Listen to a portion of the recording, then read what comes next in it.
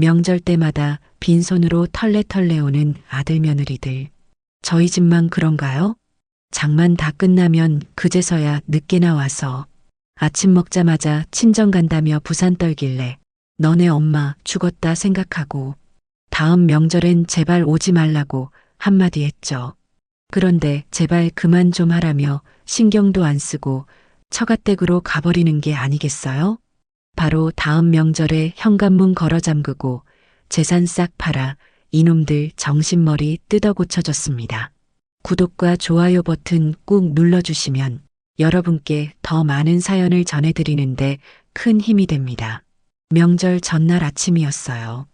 분수는 새벽같이 일어나 부엌으로 향했죠. 냉장고 문을 열자 며칠 전부터 준비해둔 재료들이 빼곡히 들어차 있었어요. 도라지, 고사리, 하나하나 정성껏 다듬어 놓은 나물들, 소고기와 돼지고기, 그리고 전 부칠 밀가루와 계란도 넉넉히 준비해뒀습니다. 손이 예전 같지 않았어요. 칼질 한 번 하는 것도 힘에 부쳤지만 그래도 분수는 멈추지 않았습니다. 아이들이 좋아하던 음식들, 손주들이 맛있다고 했던 전들, 하나하나 떠올리며 정성을 다했죠. 오전 10시쯤이었을 거예요. 마당에서 차 소리가 들렸습니다. 분수는 재빨리 앞치마에 묻은 밀가루를 털어내고 현관으로 나갔어요. 차 2대를 가져온 큰아들 내외가 각자 차에서 내리고 있었습니다. 분순의 시선이 자연스럽게 며느리의 손으로 향했어요. 아무것도 들려있지 않았습니다. 트렁크가 열리길 기다렸지만 큰아들과 며느리는 그냥 차를 잠궈버렸죠. 아, 역시나. 분수는 속으로 작게 한숨을 삼켰어요. 그래도 얼굴엔 미소를 지으며 반겼습니다. 왔니? 차를 왜 따로 타고 왔어? 일이 좀 있어서요. 그래, 애들은? 이제 다 컸다고 친구들 만나고 쉰대요. 큰 며느리의 대답은 짧았어요. 표정도 딱딱했죠. 애들 용돈도 준비해놨는데 분수는 더 이상 묻지 않았습니다. 물어봤자 어색해질 뿐이니까요. 부엌으로 돌아온 분수는 다시 전을 부치기 시작했어요. 큰 며느리도 따라 들어왔지만 말없이 부엌만 두리번거리고 있었습니다. 분순이 먼저 말을 건넸어요. 애들은 학교 잘 다니지? 네, 잘 다녀요. 그게 다였어요. 더 이상의 대화는 이어지지 않았습니다. 지글지글 전 부치는 소리만이 부엌을 채웠죠. 분수는 속으로 생각했어요. 옛날엔 안 그랬는데 처음 우리 집 큰 며느리로 왔을 때 그래도 말도 잘하고 웃기도 잘 웃었는데 오후가 되자 분수는 거실을 정리하기 시작했어요. 먼지 한 톨 없이 닦아낸 유리장 안엔 손주들이 좋아할 만한 과자들을 가득 채워놨습니다. 초코과자, 사탕들, 손주들 얼굴을 하나하나 떠올리며 골라 담았던 것들이었죠. 앞치마 안주머니를 살짝 만져봤어요. 두툼한 봉투들이 만져졌습니다. 손주들 용돈은 올해도 어김없이 준비했어요. 한 명당 10만 원씩. 적지 않은 돈이었지만 분수는 아깝다는 생각이 들지 않았어요. 손주들 좋아하는 얼굴 보는 게 더 좋았으니까요. 벽시계를 보니 오후 3시였어요. 작은 아들네는 아직 오지 않았습니다. 올해는 그래도 조금 일찍 오겠지. 분수는 혼잣말을 했어요. 저번 설에는 저녁 6시가 넘어서야 왔었거든요. 교회 예배 때문에 늦었다면서요. 분수는 이해한다고 했지만 솔직히 서운했었죠. 명절인데 가족보다 교회가 먼저인가 싶어서요. 창밖을 내다보며 분수는 스스로에게 다짐했습니다. 따뜻하게 웃는 얼굴로 만나야지. 섭섭한 말은 하지 말자, 분수나. 그래요. 오늘만큼은 좋은 말만 하려고요. 오랜만에 식구들이 모이는 날인데 기분 좋게 보내고 싶었으니까요. 부엌으로 돌아온 분수는 큰 며느리와 함께 다시 전을 부치기 시작했어요. 부추전, 육전, 동그랑땡. 손이 많이 가는 음식들이었지만 분수는 멈추지 않았습니다. 프라이팬에 기름을 두르고 반죽을 떠서 지글지글 부쳐내는 그 시간 동안 분순의 마음속엔 작은 설렘이 퍼지고 있었어요. 아이들 웃는 얼굴, 식구들 떠드는 소리, 온 가족이 둘러앉아 밥 먹는 그 풍경. 그걸 상상하는 것만으로도 분수는 힘이 났습니다. 오후 5시가 넘어서 마당에 또 차 한 대가 들어섰습니다. 작은 아들네였어요. 분수는 앞치마에 손을 닦으며 재빨리 현관으로 나갔습니다. 차 문이 열리고 작은 며느리가 내렸습니다. 그 손에도 역시나 아무것도 들려있지 않았어요. 분순의 가슴이 철렁 내려앉았습니다. 하지만 애써 모르는 척 환한 미소를 지으며 말했어요. 왔니? 길 많이 막혔지? 네. 명절인데 당연히 막히죠. 작은 며느리의 대답도 짧고 무뚝뚝했어요. 분수는 더 묻지 않았습니다. 물어봤자 돌아오는 건 차가운 대답뿐일 테니까요. 작은 아들이 뒤늦게 말했습니다. 예배드리고 오느라 늦었어요. 분수는 그냥 고개만 끄덕였어요. 그래, 그럴 수 있지. 괜찮아. 괜찮다고 했지만 솔직히 괜찮지 않았어요. 명절인데 오후 예배까지 다 드리고 오다니. 하지만 분수는 내색하지 않았습니다. 그저 밝게 웃으며 아이들을 맞이했어요. 애들아, 할머니 보고 싶었니? 어서 들어와. 손주들은 인사도 제대로 하지 않고 그냥 집 안으로 들어가 버렸어요. 거실 소파에 털썩 앉더니 바로 핸드폰을 꺼내 들었습니다. 분수는 그 모습을 보며 쓸쓸한 미소를 지었어요. 예전엔 할머니 품에 안겨 응석도 부리고 과자 달라고 조르기도 했는데 언제 이렇게 컸는지 이제는 할머니보다 핸드폰이 더 좋은가 봐요. 그래도 괜찮아요. 오늘만큼은 좋게 생각하려고요. 오랜만에 온 가족이 모였으니까요. 분수는 부엌으로 돌아가 마저 음식을 준비했습니다. 오늘 저녁은 온 가족이 함께 둘러앉아 밥을 먹을 거예요. 그 생각만으로도 분순의 마음엔 잔잔한 설렘이 번지고 있었습니다. 저녁 식사 준비가 거의 끝나갈 무렵이었어요. 분수는 상을 차리며 마음속으로 기대했습니다. 오랜만에 온 가족이 모여 앉는 자리, 따뜻한 밥상머리 대화를 나누고 싶었어요. 상 위에는 며칠 동안 정성껏 준비한 음식들이 빼곡히 올라갔습니다. 갈비찜, 잡채, 각종 전들, 나물. 하나하나가 분순의 땀과 정성이 배어 있는 것들이었죠. 밥 먹자. 분순이 식구들을 불렀어요. 하나둘 식탁 앞에 모여들었습니다. 큰아들, 큰며느리, 작은아들, 작은 며느리, 그리고 손주들까지. 오랜만에 보는 풍경이었어요. 분수는 흐뭇한 마음으로 밥그릇을 하나씩 돌렸습니다. 국그릇도 챙겨주고 반찬도 이것저것 꺼냈죠. 많이 먹어라. 엄마가 너희 좋아하는 거 다 준비했다. 네. 대답은 했지만 아무도 분순을 제대로 쳐다보지 않았어요. 모두들 고개를 숙인 채 젓가락만 움직였습니다. 분수는 작은 아들을 바라봤어요. 한 달 전쯤이었나? 40년 전에 작은 아들을 낳고 생겼던 귀 밑에 작은 혹이 점점 커지고 있어서 대학병원에 갔을 때가 떠올랐습니다. 막내딸이 교수님 초진 예약도 잡아주고 같이 가줬었는데 2번째 검사 날은 일이 있어서 못 간다고 해서 할 수 없이 작은 아들에게 부탁했었죠. 그날 의사 선생님이 했던 말이 아직도 귀에 생생했어요. 귀 밑에 혹은 꼭 수술해야 할 것 같습니다. 그리고 갑상선 쪽에도 작은 혹들이 보이는데 모양이 좋지 않아요. 조직 검사 한번 해봐야겠어요. 그 말을 듣는 순간 분순의 머릿속이 하얘졌어요. 암일 수도 있다는 거잖아요. 혼자서는 감당하기 힘든 말이었습니다. 병원을 나와 차에 탔을 때 분수는 조심스럽게 아들에게 물었어요. 진짜 암일까? 나야 모르지. 검사 나와보면 알겠지. 그게 다였어요. 더 이상의 말은 없었습니다. 괜찮냐는 위로도 걱정되는 말도 없었죠. 그저 핸들만 잡고 앞만 보며 운전할 뿐이었어요. 분수는 그날 아들의 눈치가 보여서 가방에서 돈봉투를 꺼냈습니다. 기름값이다. 바쁜데 데려다줘서 고맙다. 10만 원이 들어있는 봉투를 건넸죠. 아들은 말없이 그걸 받아 주머니에 넣었어요. 고맙다는 말도 안 줘도 된다는 말도 없이요. 갈게. 차에 타며 아들이 던진 한마디. 그게 전부였습니다. 분수는 그날 집에 돌아와 혼자 울었어요. 아프다는 엄마를 데려다 주고도 한마디 위로 없이 돈만 받고 가버린 아들.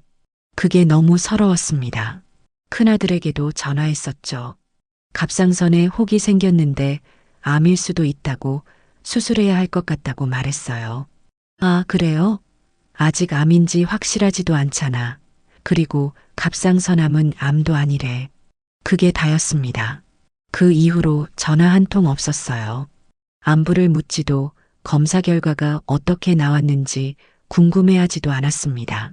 그리고 오늘 명절날 집에 와서도 아무도 그 얘기를 꺼내지 않았어요. 엄마 몸 괜찮냐고, 검사 결과는 어떻게 나왔냐고 묻는 사람이 아무도 없었습니다. 분수는 상 앞에 앉아 젓가락을 들었지만 음식이 목으로 넘어가지 않았어요. 그저 아이들 얼굴만 하나하나 바라봤습니다. 큰 며느리는 표정 하나 변하지 않은 채 밥만 먹고 있었어요. 작은 며느리도 마찬가지였죠. 손주들은 밥그릇 옆에 핸드폰을 놓고 화면만 들여다보고 있었습니다. 아무도 분순을 보지 않았어요. 아무도 말을 걸지 않았죠. 젓가락 부딪히는 소리만이 방 안에 울렸습니다. 그 소리가 유난히 크게 들렸어요. 마치 분순의 가슴을 쿡쿡 찌르는 것 같았죠. 음식 맛있니? 분순이 조심스럽게 물었어요. 네. 짧은 대답만 돌아왔습니다. 그리고 다시 침묵. 분수는 부엌을 왔다 갔다 하고 국자를 들었다 놨다 했어요. 뭐라도 해야 할 것 같아서요. 이 어색한 침묵을 깨야 할 것 같았습니다. 큰아들아, 요즘 회사는 어떠니? 그냥 다니죠 뭐. 작은아들아, 애들 학원은 잘 다니고? 네, 잘 다녀요. 대화가 이어지지 않았어요. 던지는 말마다 돌처럼 떨어져 버렸습니다. 분수는 마음속으로 생각했어요. 예전엔 안 그랬는데, 예전엔 이상 앞에 앉으면 웃음소리가 끊이질 않았는데, 아이들 자랑, 손주들 학교 이야기, 이런저런 일상 얘기들로 떠들썩했었는데, 언제부터 이렇게 낯설어진 걸까요? 같은 밥상에 앉아 있지만 마음은 제각각 다른 곳을 향하고 있는 것 같았어요. 분수는 밥 한 숟가락을 떠서 입에 넣었지만 씹히지가 않았습니다. 목구멍이 메어오는 것 같았어요. 이게 내가 그토록 기다리던 명절이 맞나? 며칠 밤을 새워가며 준비한 명절 상이 초라해지는 것만 같았어요. 손주 하나가 일어났어요. 할머니, 저 방에 가도 돼요? 그래, 가거라. 밥을 몇 숟가락 뜨지도 않고 일어나는 손주를 보며 분수는 아무 말도 하지 못했습니다. 예전엔 밥 다 먹고 가라고 할머니가 맛있는 거 많이 해놨다고 붙잡았을 텐데 이젠 그럴 기운도 나지 않았어요. 하나가 일어나자 다른 손주도 자리에서 일어났습니다. 식사를 제대로 마치지도 않고요. 거실엔 다시 어른들만 남았어요. 하지만 대화는 여전히 없었습니다. 그저 각자 밥그릇만 들여다보며 간간히 TV로 시선을 돌릴 뿐이었죠. 분순의 가슴 속에서 무언가가 뜨겁게 올라왔어요. 서운함이었을까요? 외로움이었을까요? 아니면 허무함이었을까요? 나는 가족이 보고 싶어서 이 모든 걸 준비했는데 얘들은 그냥 명절이라 어쩔 수 없이 온 것뿐인가. 그 생각이 들자 눈시울이 뜨거워졌어요. 하지만 참았습니다. 여기서 눈물을 보이면 괜히 분위기만 더 어색해질 테니까요. 식사가 끝나고 각자 방으로 흩어졌습니다. 분수는 상을 치우며 빈 그릇들을 바라봤어요. 며느리들은 눈치를 보며 치우는 척만 할 뿐이었죠. 이렇게 많이 준비했는데 반도 안 먹었네. 설거지를 하면서도 눈물이 날 것 같았습니다. 하지만 꾹 참았어요. 내일 아침이면 또 밥을 차려줘야 하니까요. 엄마는 그래야 하니까요. 밤이 깊어갔습니다. 집안은 조용했어요. 각자 방에서 이불을 펴고 누웠지만 분순만은 잠이 오지 않았습니다. 창밖을 보니 달이 밝았어요. 저 달빛처럼 환한 명절이 될 줄 알았는데 왜 이렇게 마음만 어두운 걸까요? 새벽부터 분순의 눈이 떠졌어요. 잠을 설쳤거든요. 어젯밤 식사 자리가 자꾸 머릿속을 맴돌았습니다. 차가운 침묵, 무표정한 얼굴들, 핸드폰만 들여다보던 손주들. 그 모든 게 가슴을 답답하게 눌렀어요. 하지만 오늘은 명절 아침이잖아요. 기분을 추스르고 일어나야 했습니다. 분수는 이불을 개고 부엌으로 향했어요. 냉장고를 열자 어제 남은 음식들이 그대로 있었습니다. 거의 손도 대지 않은 채로요. 분수는 한숨을 삼키며 소고기 묵국을 끓이기 시작했어요. 명절 아침엔 따뜻한 국물이 있어야 하니까요. 소고기를 물에 넣고 물을 썰어 넣고 대파를 송송 썰어 푹 끓이기 시작했습니다. 김이 모락모락 올라오는 국물을 보니 마음이 조금은 따뜻해지는 것 같았습니다. 오늘 아침은 어제와 다를까요? 혹시 아이들이 먼저 말을 걸어줄까요? 엄마 잘 주무셨어요. 국물 진하니 맛있겠다. 그런 따뜻한 말 한마디라도 해줄까요? 7시쯤 되자 방문들이 하나둘 열리기 시작했어요. 가장 먼저 나온 건 큰 며느리였습니다. 세수를 하고 나와 거울 앞에 서더니 화장을 시작하더군요. 분순이 물었어요. 아침 준비 좀 돕고 화장하면 안 되겠냐? 아니요, 저 교회 가야 해서요. 무슨 소리야? 명절 아침인데도? 네, 명절 특별 예배 있어요.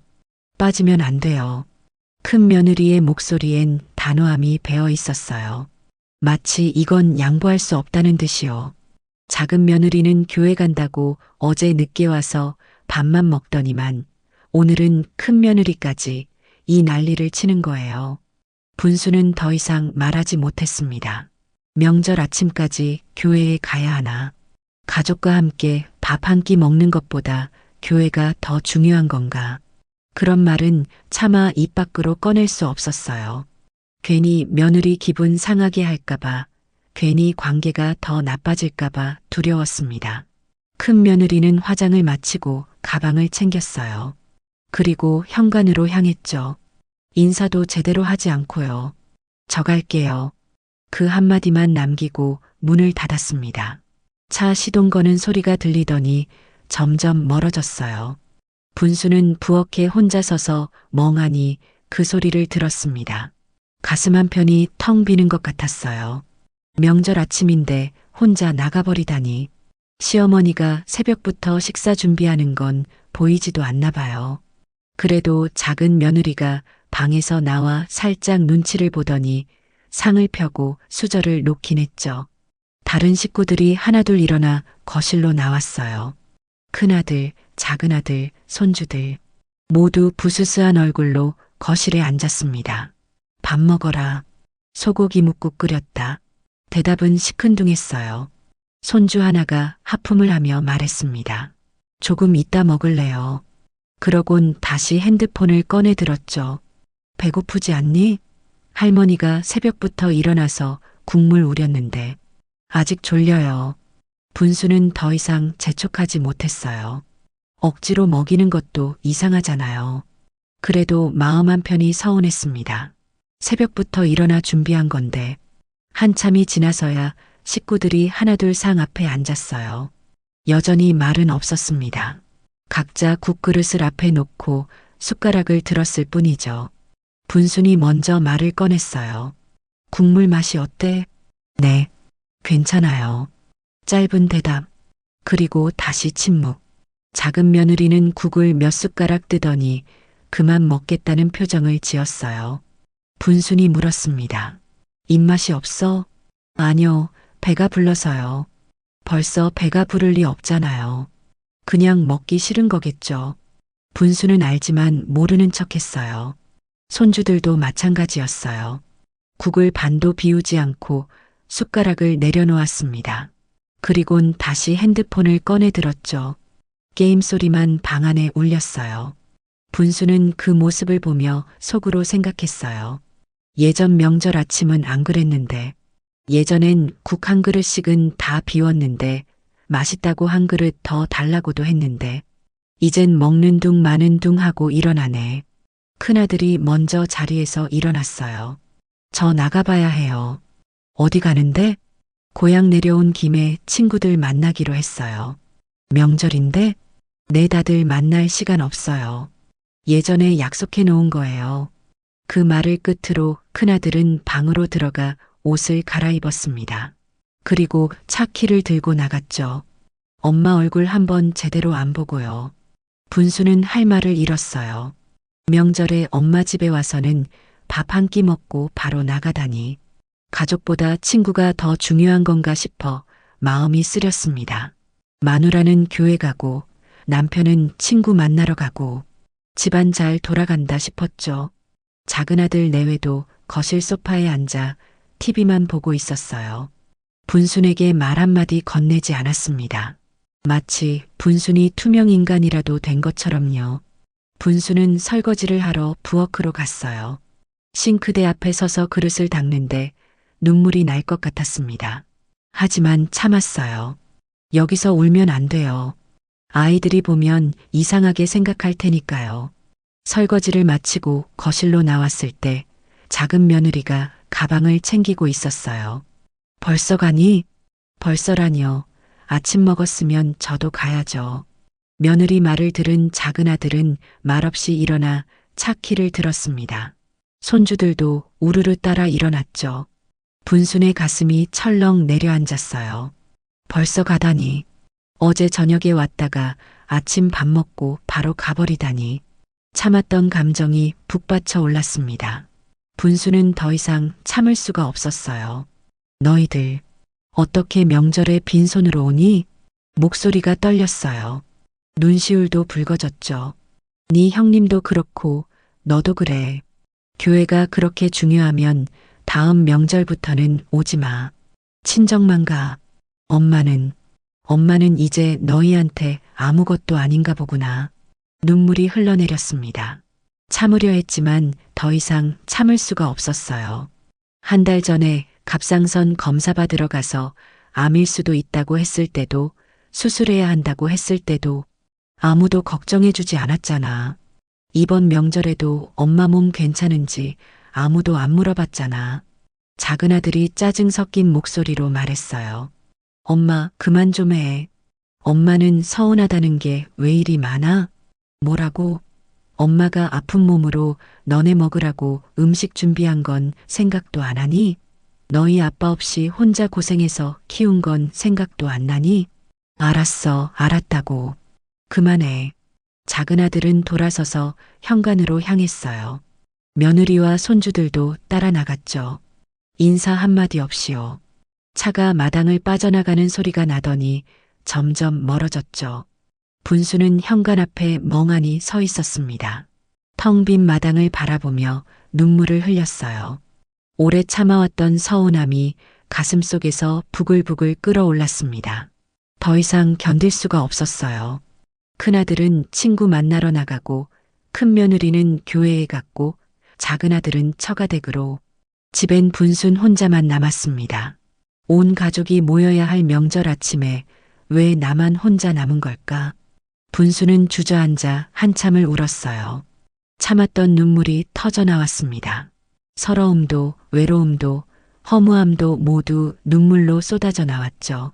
그렇게 한참을 울고 나서야 분수는 겨우 일어났어요. 거실로 가서 소파에 앉았습니다. 텅 빈 집이 너무나 조용했어요. 벽시계 소리만 똑딱똑딱 울릴 뿐이었습니다. 그 소리가 분순의 가슴을 찌르는 것 같았어요. 나는 뭘 잘못한 걸까? 내가 뭘 그렇게 잘못했을까?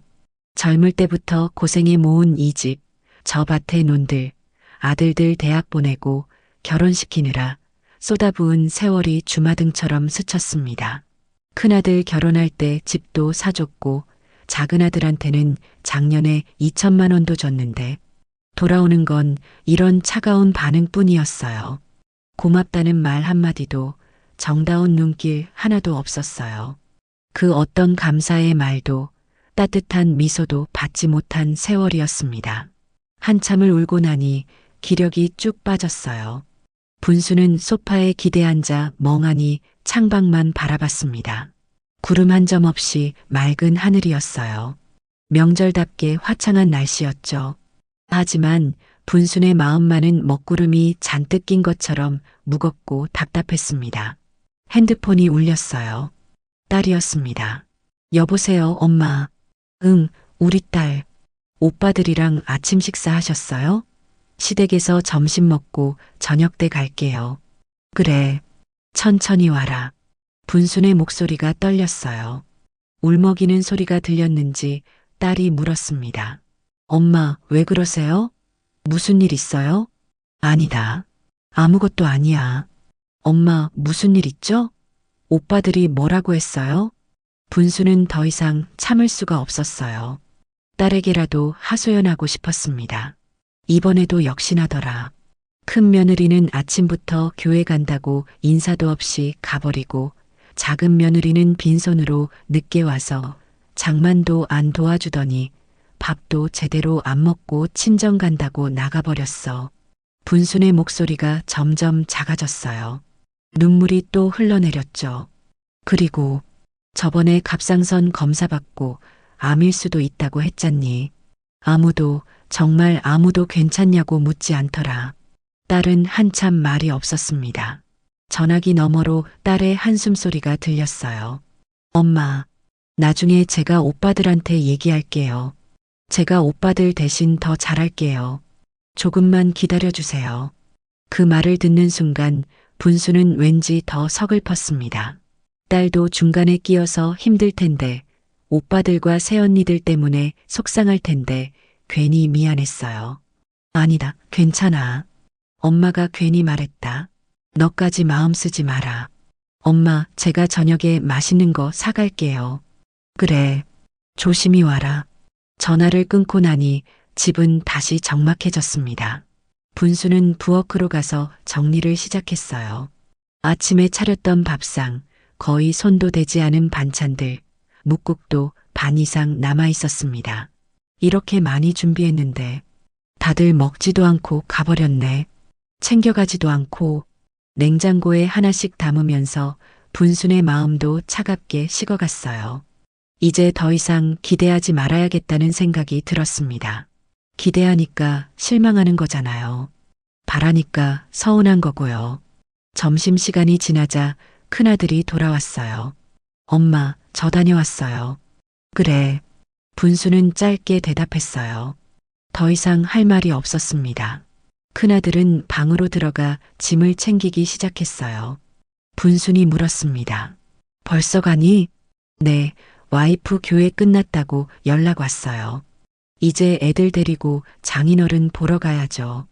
할머니 집에는 안 오더니 외할아버지 집에는 간다니? 너 혼자라도 밥 먹고 가지 그러냐? 아니요, 괜찮아요. 집에 가서 먹을게요. 큰아들은 짐을 다 챙기고 현관으로 향했어요. 분수는 큰아들에게 용돈 봉투를 건넸습니다. 할머니가 주는 용돈이라고 전해. 맛있는 거 사 먹으라고. 네, 고마워요. 짧은 인사뿐이었어요. 분순의 얼굴도 제대로 안 보고 봉투만 받아 챙겼습니다. 큰아들은 무표정한 얼굴로 차에 올라탔어요. 분수는 마당에 서서 그 모습을 지켜봤습니다. 차가 천천히 마당을 빠져나갔어요. 분수는 손을 들어 흔들었지만 창문 한번 내려보지 않았습니다. 차가 골목 끝으로 사라지는 걸 보고 나서야 분수는 집 안으로 들어왔어요. 텅 빈 거실이 더 넓어 보였습니다. 분수는 소파에 앉아 깊은 한숨을 쉬었어요. 이게 뭐람, 명절이 뭐람. 저녁 무렵 딸과 사위가 왔어요. 손에는 회 한 접시와 과일 바구니를 들고 있었습니다. 엄마, 저희 왔어요. 우리 딸 왔구나. 분수는 딸을 보자 눈물이 또 나올 것 같았어요. 하지만 참았습니다. 딸 앞에서 울면 딸이 슬퍼할 테니까요. 엄마, 회 좋아하시잖아요. 싱싱한 거 사왔어요. 그래, 고맙다. 딸은 부엌으로 가서 회를 접시에 담고 상을 차렸어요. 분순과 마주 앉아 밥을 먹었습니다. 엄마, 오늘 오빠들이 뭐라고 했어요? 분수는 오늘 있었던 일들을 하나하나 얘기했어요. 빈손으로 온 것, 교회 간다고 나간 것, 그리고 울면서 서운함을 토로했더니 짜증내면서 친정 간다고 바로 떠난 것까지도요. 딸은 한참 말이 없었어요. 얼굴이 굳어졌습니다. 속으로 오빠들과 새언니들에게 크게 실망했지만 중간에서 뭐라 할 수가 없었어요. 말하면 가족 관계만 더 나빠질 테니까요. 엄마, 제가 오빠들한테 나중에 조심스럽게 얘기해 볼게요. 지금은 좀 참으세요. 아니다, 괜찮아. 엄마가 너무 많은 걸 바란 거야. 이제 기대 안 한다. 장모님, 그런 말씀 마세요. 저희가 더 잘할게요. 저희가 자주 올게요. 딸의 눈시울도 덩달아 붉어졌어요. 분수는 딸과 사위손을 꼭 잡았습니다. 고맙다. 니네가 있어서 엄마가 살아. 두 모녀는 그렇게 한참을 앉아 있었어요. 말은 없었지만 서로의 마음이 느껴졌습니다. 딸이 돌아가고 나니 집은 다시 조용해졌어요.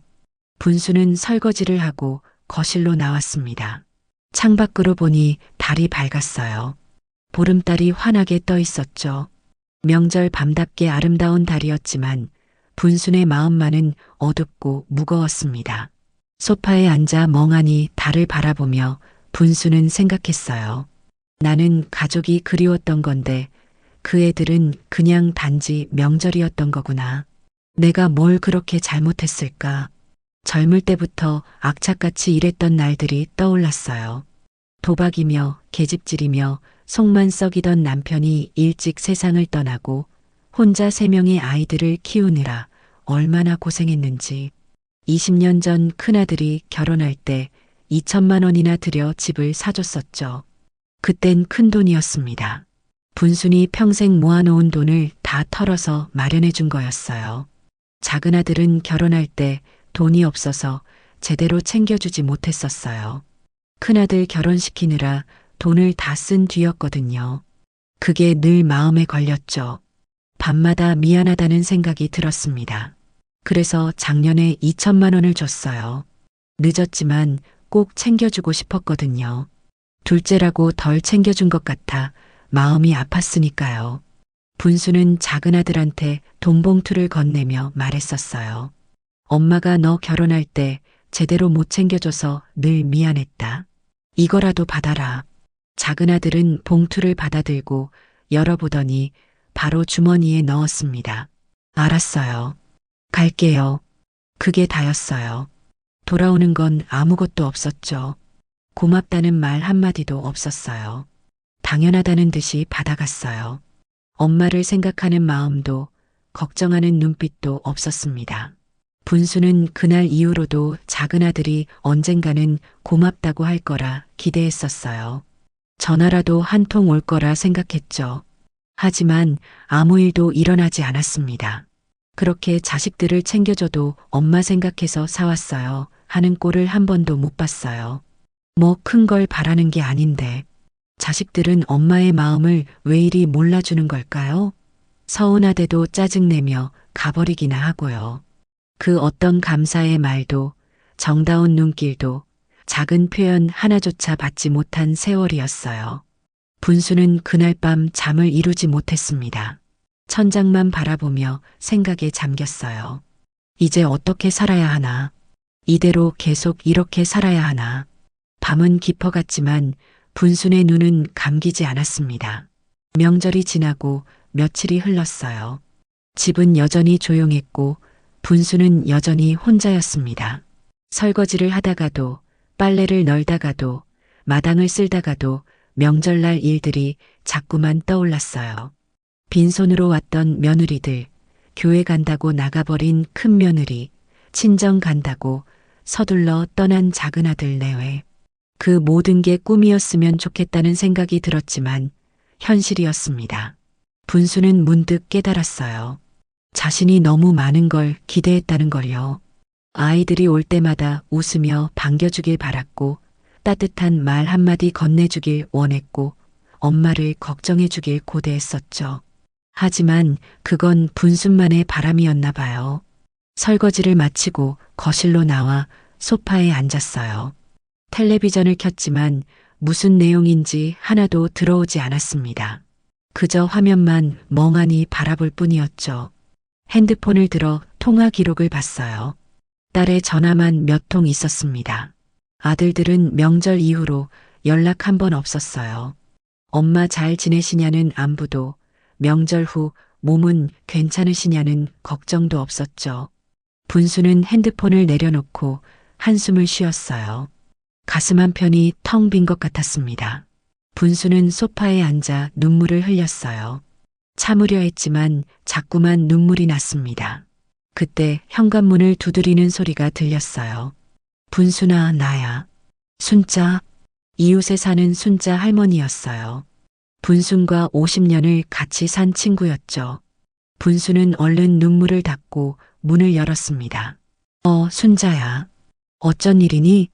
그냥 심심해서 왔지 뭐. 차나 한잔 하자. 두 사람은 거실로 들어가 마루에 앉았어요. 분수는 커피를 타서 내왔습니다. 순자 할머니가 분순을 찬찬히 바라봤어요.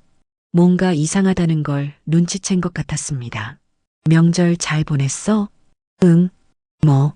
분순의 대답이 힘이 없었어요. 순자 할머니는 알았습니다. 뭔가 있다는 거려. 며느리들 왔다 가고 힘든 모양이네. 요즘 며느리들은 다 그래. 분수는 참았던 말들이 터져 나왔어요. 명절날 있었던 일들을 하나하나 얘기했습니다. 빈손으로 온 것, 교회 간다고 나간 것, 친정 간다고 바로 떠난 것, 그리고 갑상선 검사 이후로 아무도 걱정해주지 않았다는 것까지요. 순자 할머니는 고개를 끄덕이며 들었어요. 그리고 한숨을 쉬었습니다. 나도 마찬가지야. 우리 며느리들도 그래. 명절 되면 의무적으로 오는 거지. 시어머니 보고 싶어서 오는 게 아니더라고. 그치? 나만 그런 게 아니었구나. 요즘 세상이 그래. 자식들 키우느라 우리가 얼마나 고생했는데. 이젠 그게 다 당연한 거래. 두 노인은 마루에 앉아 커피를 마시며 한참을 이야기했어요. 서로의 서러움을 나누고 위로하고 공감했습니다. 그래도 자식이라고 다 내주고 살았더니 이젠 상처만 남았어. 그 한마디에 분순의 가슴속 무언가가 스르르 무너져 내렸어요. 순자 할머니의 말이 너무나 공감됐거든요.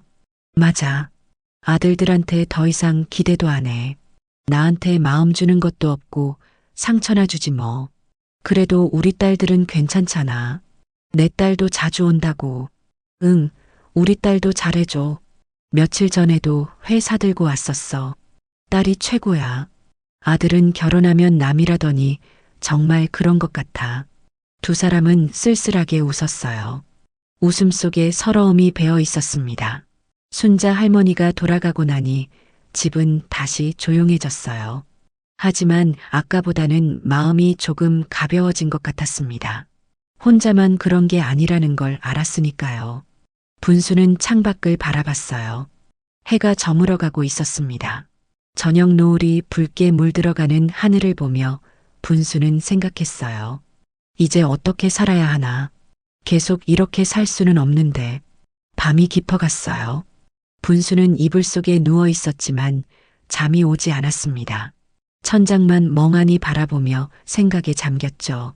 그날의 일들이 자꾸만 떠올랐어요. 분수는 이불을 걷어차고 일어났어요. 잠을 자려고 애써봤자 소용없었습니다. 머릿속이 너무 복잡했거든요. 거실로 나와 불을 켰어요. 시계를 보니 새벽 2시였습니다. 분수는 소파에 앉아 창밖을 바라봤죠. 달이 환하게 떠 있었어요.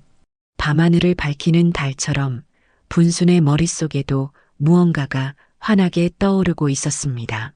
부엌으로 가서 따뜻한 물을 한 잔 마셨어요. 목이 타들어가는 것 같았거든요. 물을 마시면서도 생각은 멈추지 않았습니다. 나는 평생 뭘 하며 산 거지. 자식들 위해서만 살았는데 이제 남은 게 뭐지. 싱크대 앞에 서자 옛날 기억이 떠올랐어요. 30년 전 남편이 갑자기 세상을 떠났을 때 분순의 나이 41살이었어요. 새 아이를 데리고 어떻게 살아야 할지 막막했습니다. 집은 있었지만 당장 먹고 살 돈이 없었죠. 분수는 일자리를 찾아다녔습니다. 그렇게 찾아간 곳이 동네 식당이었어요. 주인 아주머니가 분순을 위아래로 훑어보더니 말했습니다. 설거지 할 수 있어? 네, 할 수 있습니다. 아침 8시부터 밤 10시까지야. 할 수 있겠어? 네, 하겠습니다. 그렇게 분순의 식당 생활이 시작됐어요. 새벽 6시에 일어나 밥을 해놓고 식당으로 갔습니다. 8시부터 설거지를 시작했죠. 아침 손님들이 먹고 간 그릇들, 점심 손님들이 쌓아놓은 접시들, 저녁 손님들이 남긴 냄비들, 끝도 없이 쏟아지는 그릇들이었어요. 구정물에 손을 담그면 살이 애는 것 같았습니다. 겨울이면 더 심했죠. 찬물에 손을 담그면 손가락 끝이 얼얼하게 저려왔어요. 하지만 참아야 했습니다.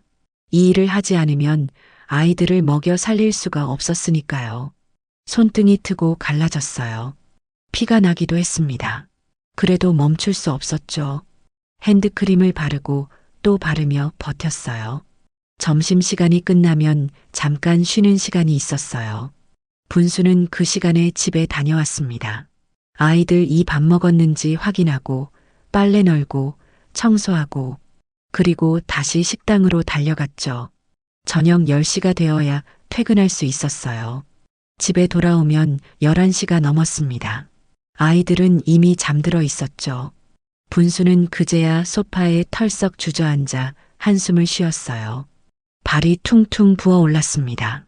하루 종일 서서 일하니 다리가 천근만근이었죠. 허리도 끊어질 것 같았어요. 하지만 다음날 새벽이면 또 일어나야 했습니다.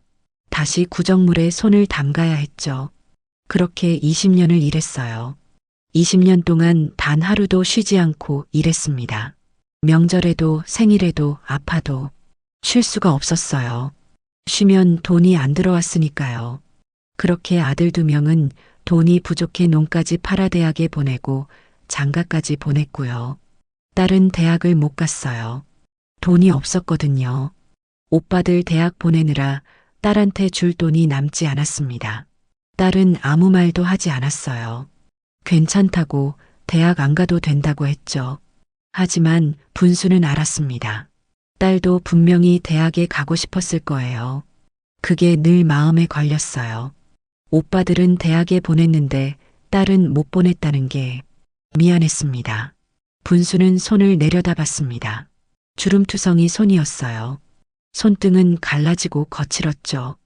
평생 일한 흔적이 고스란히 남아있는 손이었습니다. 이 손으로 구정물에 담가가며 자식들을 키웠는데 돌아오는 건 무관심이라니. 작년 생일이 떠올랐어요. 70이 되는 생일이었습니다. 분수는 아이들한테 미리 말해뒀어요. 이번 생일엔 다들 오라고요. 생일 당일 아들들과 며느리들이 왔지만 역시나 빈손이었죠. 생일인데 케이크라도 하나 사올 법한데 분수는 속으로 생각했지만 내색하지 않았어요. 저녁 무렵 딸이 왔습니다. 손에 커다란 상자를 들고 있었어요. 엄마, 생신 축하드려요. 딸이 꺼낸 건 떡 케이크였어요. 백설기로 만든 케이크에 초가 꽂혀 있었습니다. 엄마, 제가 직접 주문했어요. 백설기 좋아하시잖아요. 분순의 눈시울이 뜨거워졌어요. 딸만이 엄마 생일을 챙겨준 거였습니다. 딸이 불을 붙였어요. 촛불이 환하게 타올랐죠. 엄마, 소원 빌어요. 분수는 눈을 감고 가족들이 건강하고 행복하기를 빌었습니다. 엄마 그 위에 종이 잡아당겨 보세요. 어머 이게 뭐야? 종이를 잡아당기니 지폐들이 마구 올라오기 시작했어요. 딸이 준비한 이벤트였죠. 딸이 엄마 생일이라며 용돈 50만 원을 준비했던 거였어요. 딸, 너무 고맙다. 아들 며느리들은 별 반응이 없었어요. 케이크를 다 먹자마자 큰아들이 일어났어요. 저희 이제 가볼게요. 내일 애들 일찍 학원에 보내야 해서요. 작은아들도 따라 일어났습니다. 저희도 갈게요. 새벽 기도 나가야 해서요. 그렇게 아들들은 떠났어요. 생일 파티가 끝나자마자요. 집엔 분순과 딸만 남았습니다. 딸이 부엌으로 가서 설거지를 시작했어요. 엄마 앉아 계세요. 제가 할게요. 분수는 딸의 뒷모습을 보며 눈물을 흘렸어요.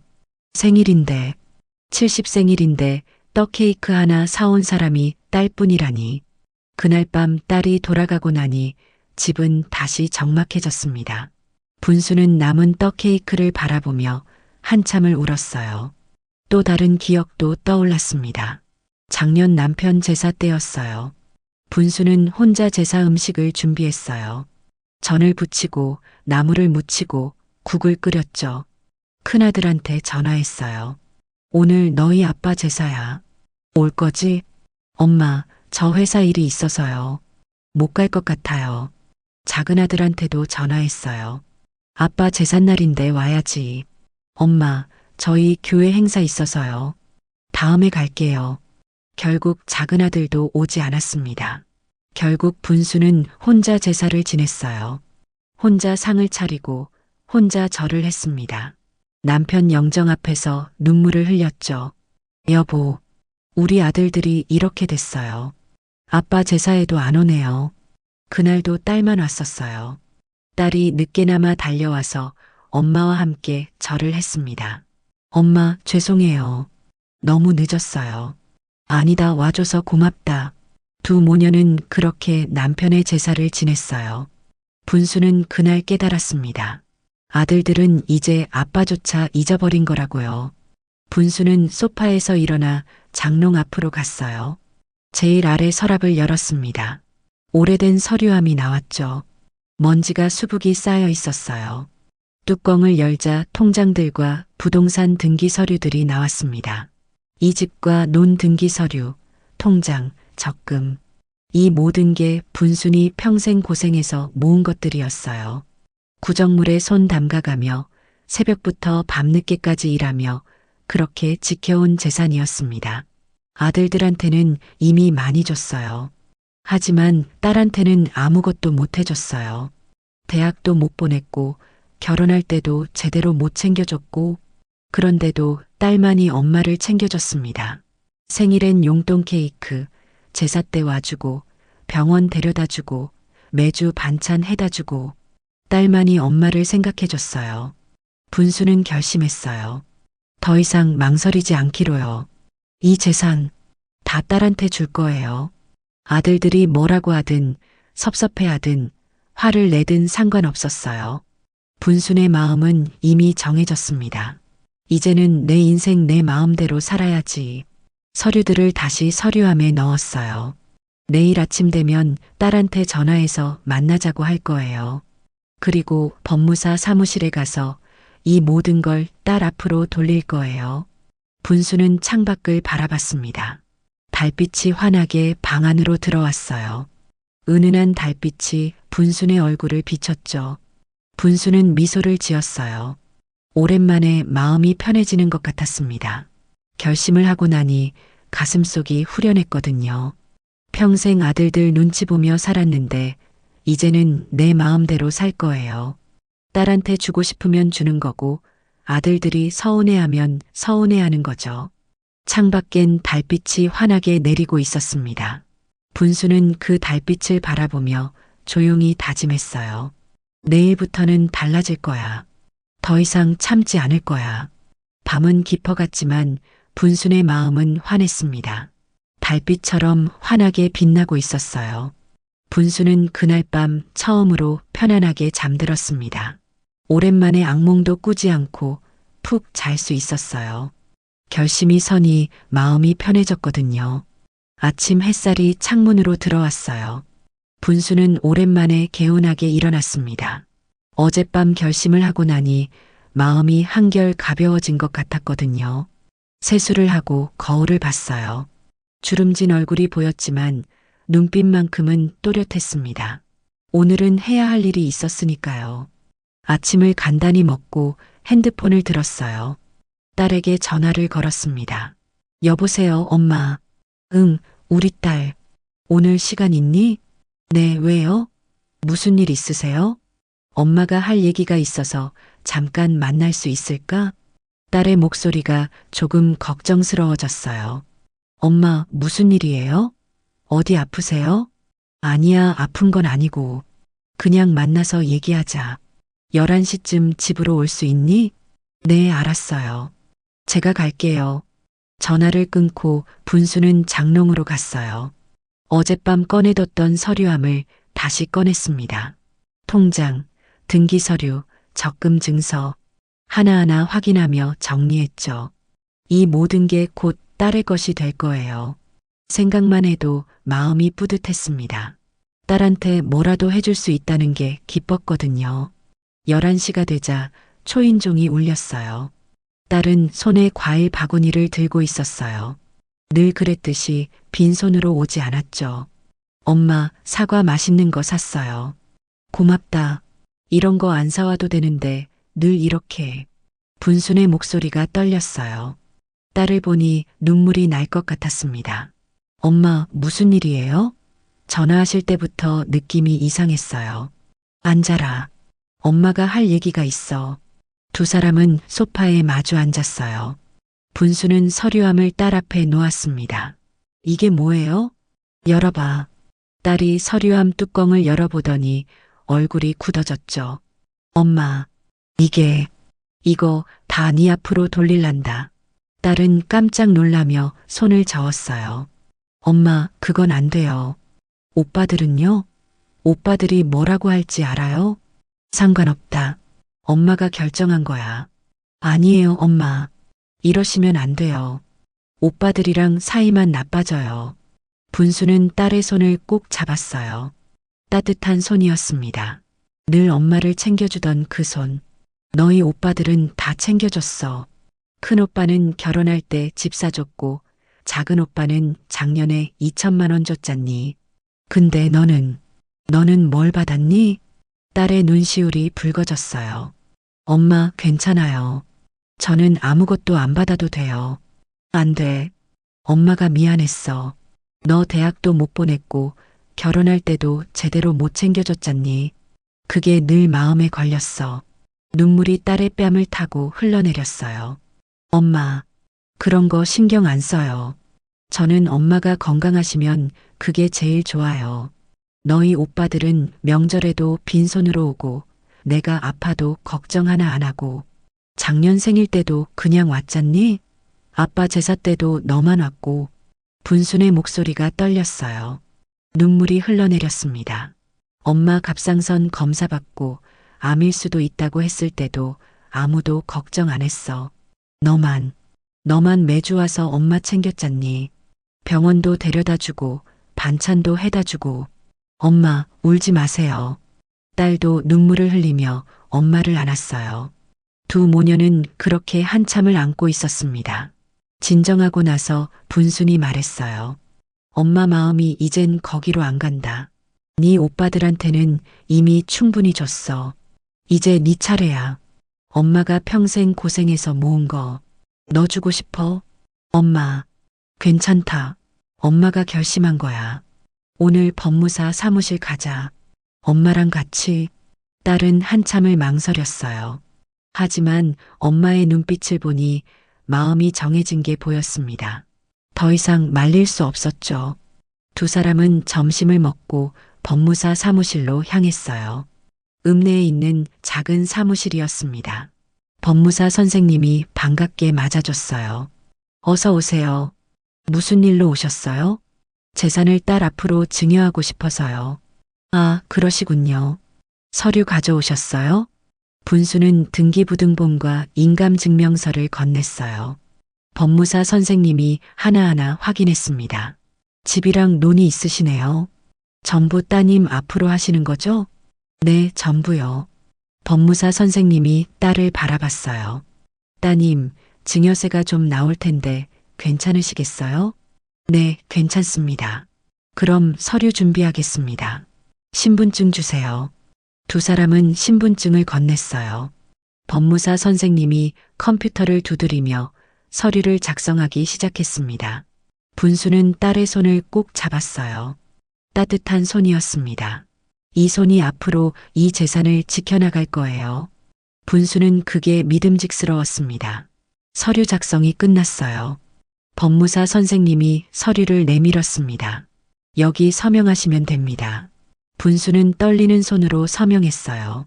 한 획 한 획 정성껏 이름을 썼습니다. 딸도 옆에서 서명했죠. 다 됐습니다.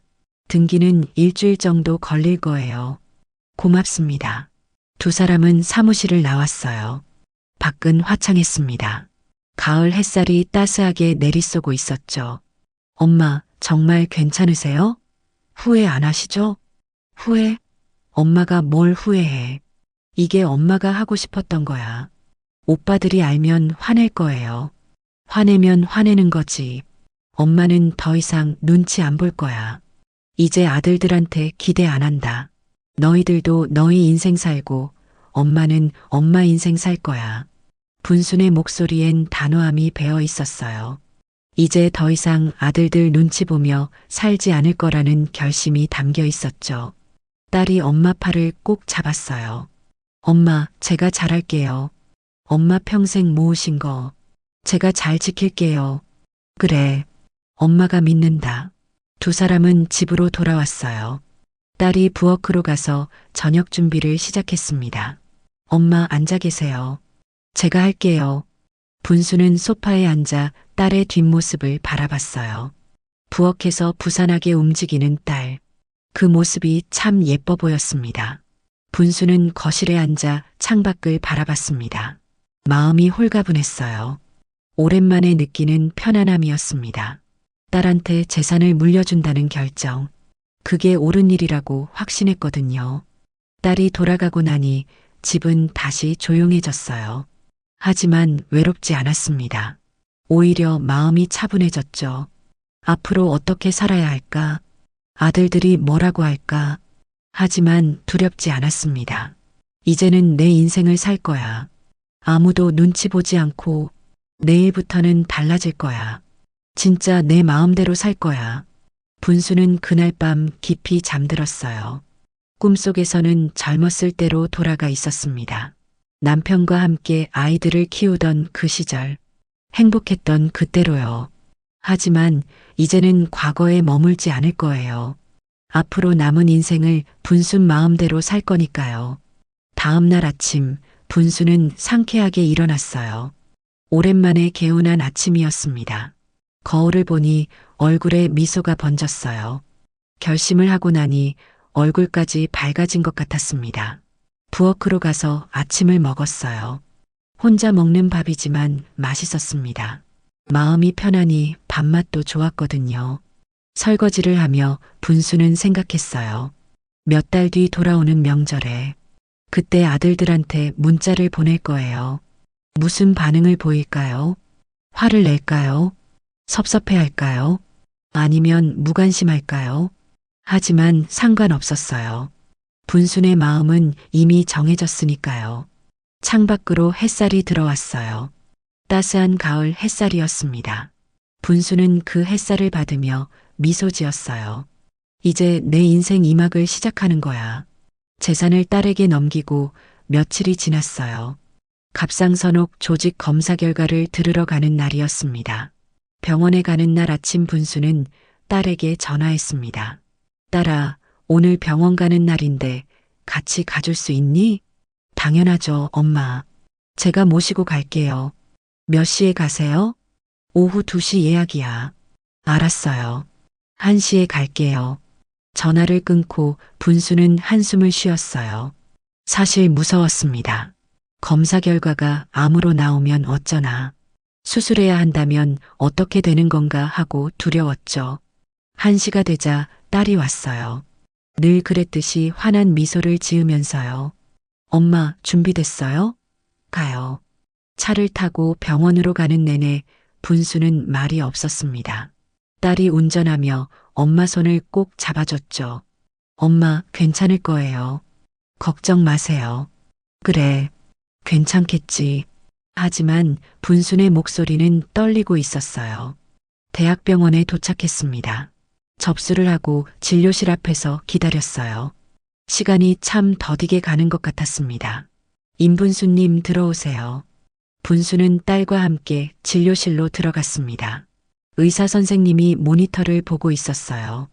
표정이 심각했습니다. 앉으세요. 두 사람은 의자에 앉았어요. 분순의 심장이 쿵쿵 뛰었습니다.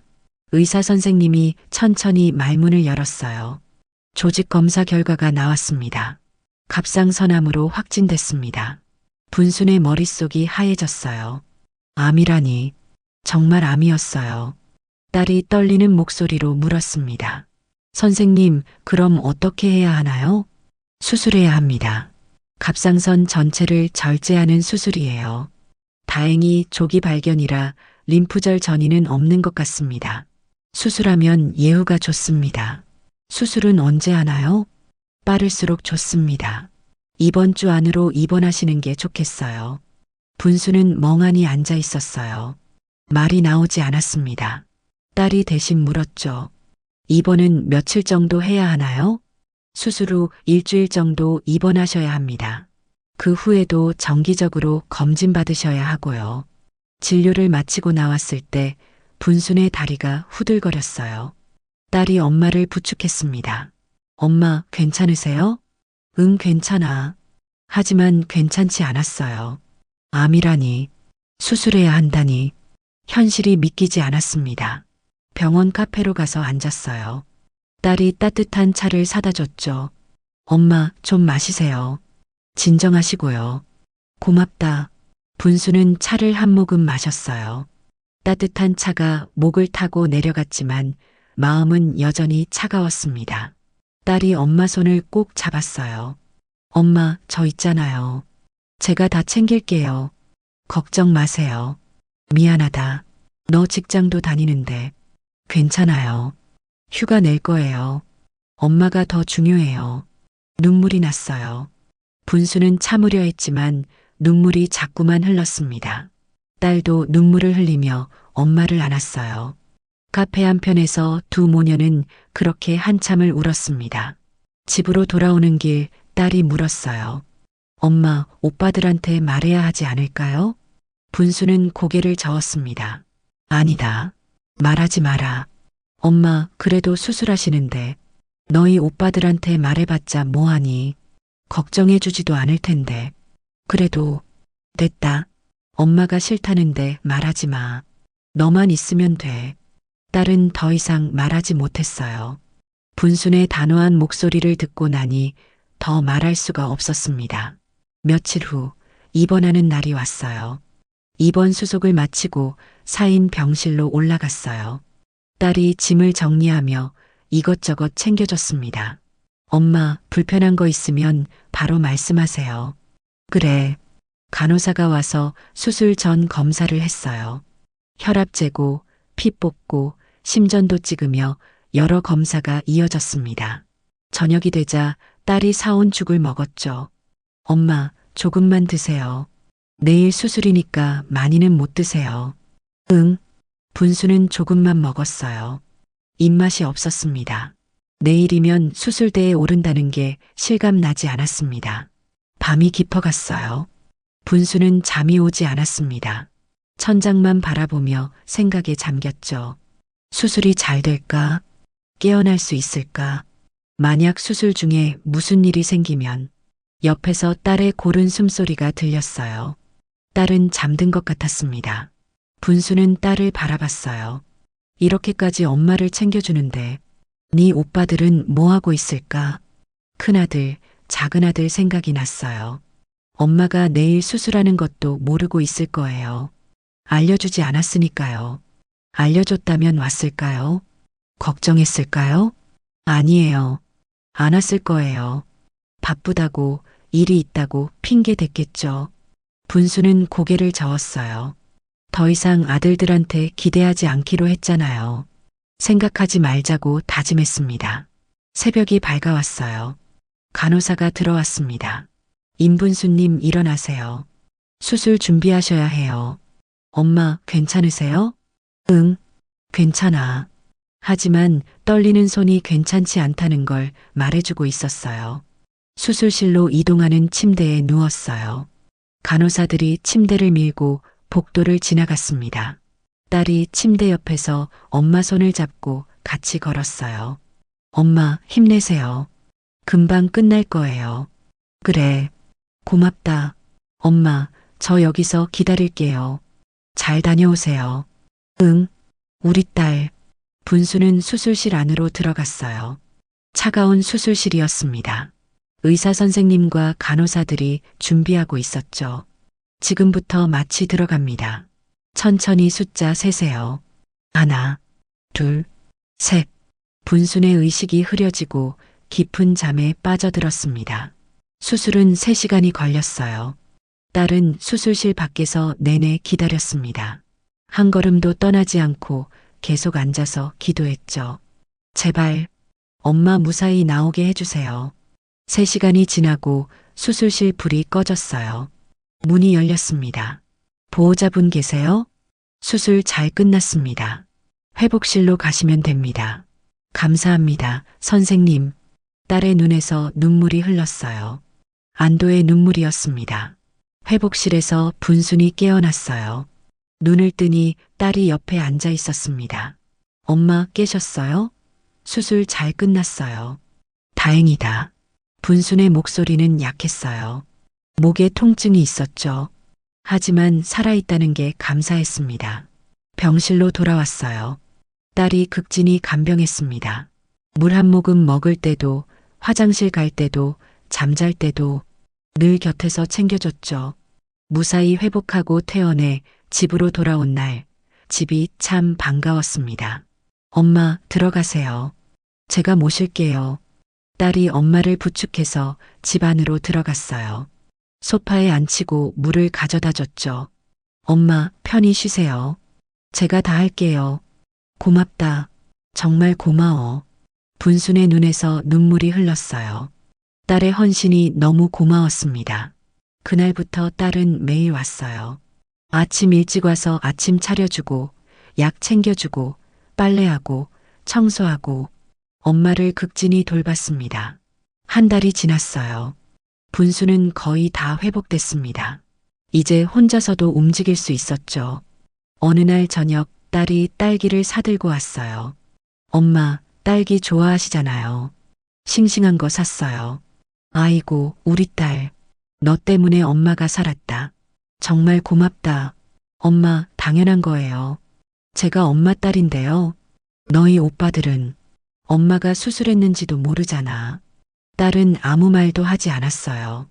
오빠들에 대한 실망감이 컸지만 말로 표현하지 않았습니다. 창문 밖으로 햇살이 들어와 방 안을 환하게 밝혔습니다. 분수는 이제 후회하지 않았어요. 딸에게 재산을 물려준 결정, 그게 옳았다는 걸 확신했습니다. 수술 후 석 달이 지났어요. 분수는 완전히 회복됐습니다. 이제 혼자서도 무리 없이 생활할 수 있었죠. 정기 검진도 잘 받고 있었고 의사 선생님도 회복이 아주 좋다고 칭찬했습니다. 딸은 여전히 매주 왔어요. 반찬 해다 주고 엄마 상태 확인하고 병원 검진 때마다 동행했죠. 분수는 딸이 올 때마다 마음이 따뜻해졌습니다. 그러던 어느 날이었어요. 달력을 보니 명절이 일주일 앞으로 다가왔어요. 설이었습니다. 분수는 핸드폰을 들었어요. 아들들한테 보낼 문자를 작성하기 시작했습니다. 손가락이 떨렸어요. 이 문자를 보내면 아들들이 어떤 반응을 보일까? 화를 낼까? 전화를 걸어올까? 여러 생각이 머릿속을 스쳤습니다. 하지만 분수는 망설이지 않았어요. 이미 마음먹은 일이었으니까요. 내 재산 너희 막내 동생한테 다 넘겼다. 이제 엄마 없다 생각하고 너희들 잘 먹고 잘 살아라. 이제 앞으로 명절엔 혼자 여행 다닐 거다. 집에 없으니 오지 마라. 문자를 다 쓰고 나니 손이 더 떨렸어요. 하지만 망설이지 않고 전송 버튼을 눌렀습니다. 큰아들한테 전송, 작은아들한테 전송. 분수는 핸드폰을 내려놓고 깊은 숨을 쉬었습니다. 이제 됐어. 이제 진짜 내 인생을 사는 거야. 며칠이 지났어요. 아들들한테 아무 연락도 오지 않았습니다. 전화도 문자도 없었죠. 분수는 쓸쓸하게 웃었어요. 그냥 서운해서 하는 얘기인 줄 아나 보네. 분수는 당장 딸에게 전화했습니다. 딸아, 엄마랑 명절에 여행 갈래? 여행이요? 어디로요? 괌. 엄마 평생 한 번도 비행기 안 타봤잖니. 가보고 싶더라. 엄마, 정말이요? 좋아요. 제가 예약할게요. 딸의 목소리가 들뜬 것 같아 분순도 덩달아 기분이 좋아졌습니다. 명절 사흘 전이었어요. 엄마, 다 됐어요. 명절 당일 오전 비행기예요. 그래, 고맙다. 오빠들한테는 말씀드렸어요? 응, 문자 보냈어. 집에 오지 말라고. 오빠들이 뭐라고 하던가요? 아무 말도 없더라. 연락도 안 와. 딸은 한숨을 쉬었어요. 오빠들에 대한 실망이 컸지만 어쩔 수 없었습니다. 명절 전날 저녁이었어요. 분수는 여행 가방을 쌌습니다. 오랜만에 설레는 마음이었죠. 옷 몇 벌 챙기고 세면도구 넣고 선크림도 챙겼어요. 딸이 선크림 꼭 챙기라고 했거든요. 가방을 다 싸고 나니 벌써 밤이 깊었어요. 분수는 소파에 앉아 창밖을 바라봤습니다. 내일이면 평생 처음으로 비행기를 탄다니 너무 설렜습니다. 그때 핸드폰이 울렸어요. 작은 아들이었습니다. 분수는 받을까 말까 고민했지만 결국 받지 않았습니다. 전화가 끊겼어요. 곧이어 큰아들한테도 전화가 왔습니다. 역시 받지 않았어요. 문자가 왔어요. 엄마, 저희 내일 갈게요. 명절인데 집에 계실 거죠? 분수는 문자를 보고 피식 웃었어요. 이제 와서, 여기 와서 지들이 뭘 한다고 고생해서 내려온다는 거야? 답장하지 않았습니다. 그냥 핸드폰을 꺼버렸어요. 명절 당일 아침이었어요. 분수는 새벽같이 일어났습니다. 딸이 7시에 데리러 온다고 했거든요. 7시 정각 딸이 왔어요. 차에 짐을 싣고 공항으로 향했어요. 아침 해가 환하게 떠올랐습니다. 기분 좋은 아침이었죠. 그 시각 큰아들이 아내와 함께 엄마 집으로 오고 있었어요. 작은아들 내외도 차를 몰고 오는 중이었습니다. 큰아들이 먼저 도착했어요. 대문을 두드렸죠. 엄마, 엄마. 아무 대답이 없었습니다. 문은 굳게 닫혀 있었어요. 작은아들도 도착했습니다. 형, 엄마 안 계셔? 그런가 봐.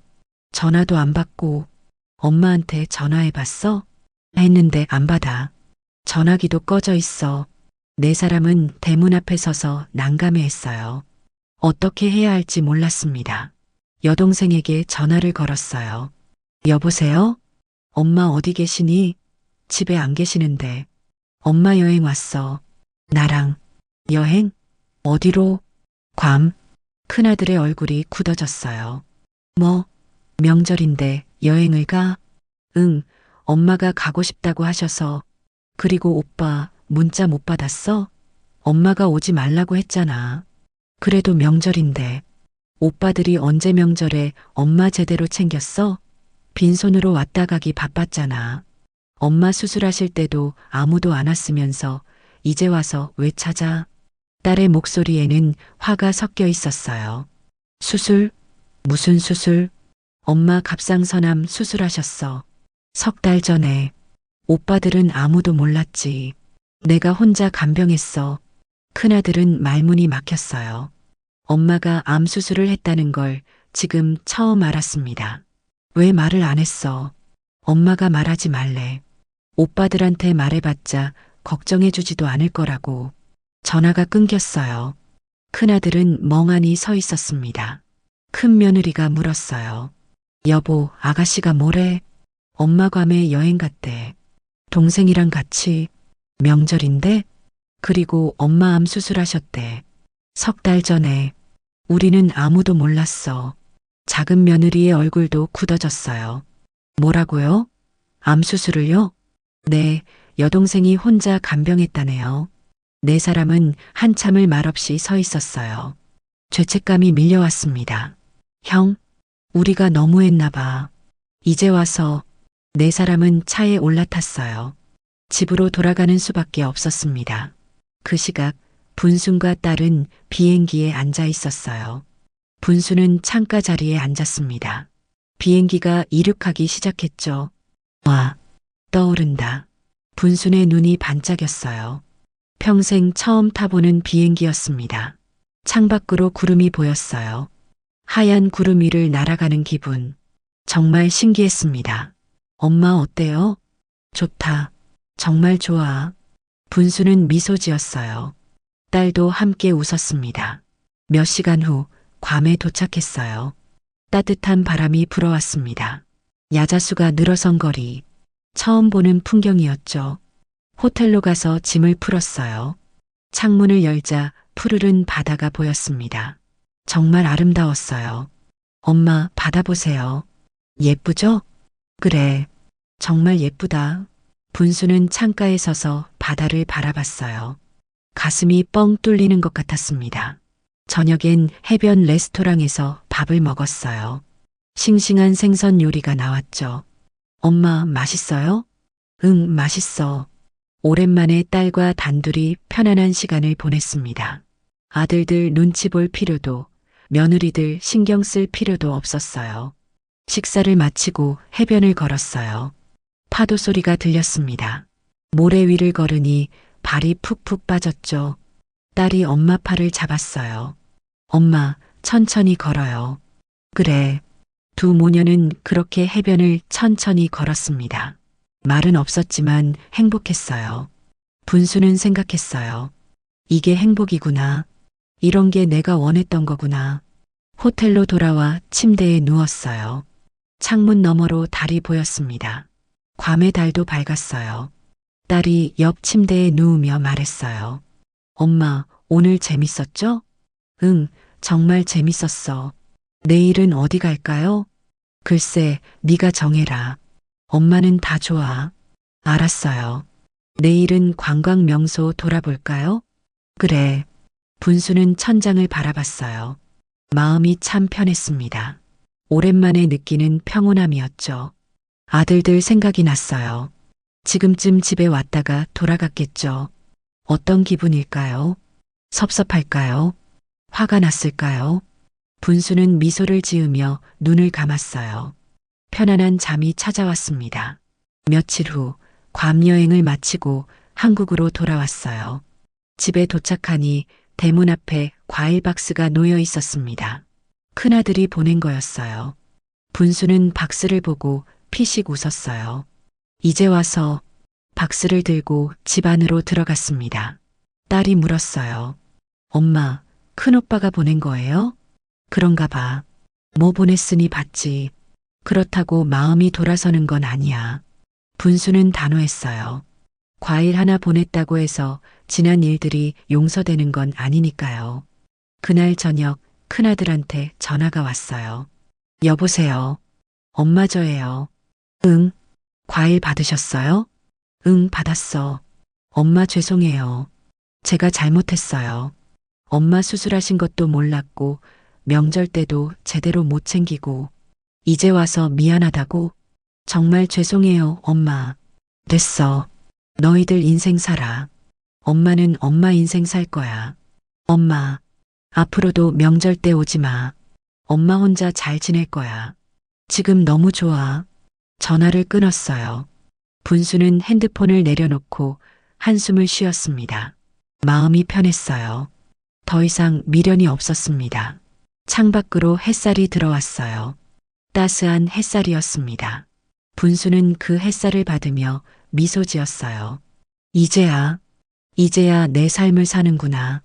괌 여행 이후로 석 달이 지났어요. 여름이 다가오고 있었습니다. 딸은 여전히 매주 왔어요. 두 사람은 거실에 앉아 차를 마셨어요. 엄마, 요즘 어떻게 지내세요? 좋지. 몸 컨디션도 훨씬 좋아졌고 너무 편해. 오빠들한테 연락 왔어요? 가끔 전화 오던데 안 받아. 받아봤자 뻔하니까. 딸은 아무 말도 하지 않았어요. 오빠들 얘기는 더 이상 꺼내기 싫었습니다. 엄마, 다음 주에 또 병원 검진 가셔야 해요. 그래, 알아. 네가 데려다 줄 거지? 당연하죠. 분수는 딸을 바라보며 미소 지었어요.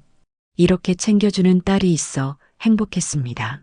점심을 먹고 딸이 설거지를 했어요.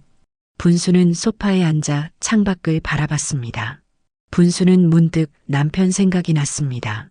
여보, 우리 딸이 이렇게 잘 커줘서 엄마를 이렇게 챙겨주네요. 혼잣말을 중얼거렸어요. 그때 초인종이 울렸어요. 누구지? 올 사람이 없는데? 분순이 현관으로 나가 문을 열었어요. 작은 아들이 서 있었습니다. 엄마, 작은 아들의 얼굴이 많이 수척해져 있었어요. 살도 빠진 것 같았죠. 분수는 그래도 문을 열어줬어요. 자식이니까요. 작은 아들이 조심스럽게 들어왔고 손에 과일 바구니를 들고 있었습니다. 거실로 들어가자 딸이 놀란 표정으로 오빠를 봤어요. 오빠, 응, 너도 와 있었구나. 어색한 침묵이 흘렀어요. 세 사람은 각자 자리에 앉았습니다. 작은 아들이 먼저 입을 열었어요. 엄마, 제가 잘못했어요. 명절 때도 빈손으로 왔고, 엄마 수술하실 때도 몰랐고, 정말 죄송해요. 이제 와서 정말 반성하고 있어요. 제가 너무 엄마를 당연하게 생각했어요. 작은 아들의 눈에서 눈물이 흘렀어요. 진심으로 후회하는 것 같았습니다. 분수는 아무 말도 하지 않았어요. 말문이 막혔습니다. 딸이 차를 내왔어요. 작은 아들이 차를 한 모금 마시고 다시 말했어요. 엄마, 재산은 상관없어요. 동생이 받는 게 맞아요. 동생이 엄마 많이 챙겼으니까 저는 그냥 엄마가 저를 용서해 주셨으면 좋겠어요. 분순의 눈시울이 붉어졌어요. 하지만 눈물을 참았습니다. 용서는 쉬운 게 아니야. 엄마가 얼마나 서러웠는지 너는 아니? 알아요. 이제 알아요. 평생 너희들 키우느라 고생했어. 구정물에 손 담가가며 식당에서 일했고 논 팔아가며 너희 대학 보냈어. 근데 돌아오는 게 뭐였니? 명절 때 빈손으로 와서 밥 한 끼 먹고 가는 게 다였어. 엄마가 아파도 걱정 하나 안 했고 아빠 제사 때도 너희들은 안 왔잖니. 분순의 목소리가 떨렸어요. 쌓였던 감정이 터져 나왔습니다. 죄송해요. 엄마 정말 죄송해요. 작은 아들이 바닥에 엎드렸어요. 엄마 용서해 주세요. 제가 잘못했어요. 분수는 아들을 바라봤어요. 눈물이 흘렀습니다. 일어나. 엄마, 일어나라고 했어. 작은 아들이 천천히 일어났어요. 얼굴이 눈물로 범벅이 되어 있었습니다. 분순이 말했어요. 용서는 시간이 필요해. 지금 당장은 못해. 너무 많이 아팠거든. 알아요. 앞으로 잘해. 말로만 하지 말고 행동으로 보여줘. 그럼 엄마도 생각해 볼게. 네, 엄마. 꼭 그럴게요. 작은 아들은 한참을 더 앉아 있다가 일어났어요. 저 갈게요. 다음 주에 또 올게요. 분수는 대답하지 않았어요. 작은 아들이 나가고 나니 딸이 엄마 곁에 앉았어요. 엄마, 괜찮으세요? 응, 괜찮아. 오빠가 진심으로 반성하는 것 같아요. 그래, 그런 것 같더라. 하지만 엄마는 아직 마음이 안 풀려. 당연해요. 시간이 필요해요. 그래, 시간이 필요해. 그날 저녁 큰아들한테도 전화가 왔어요.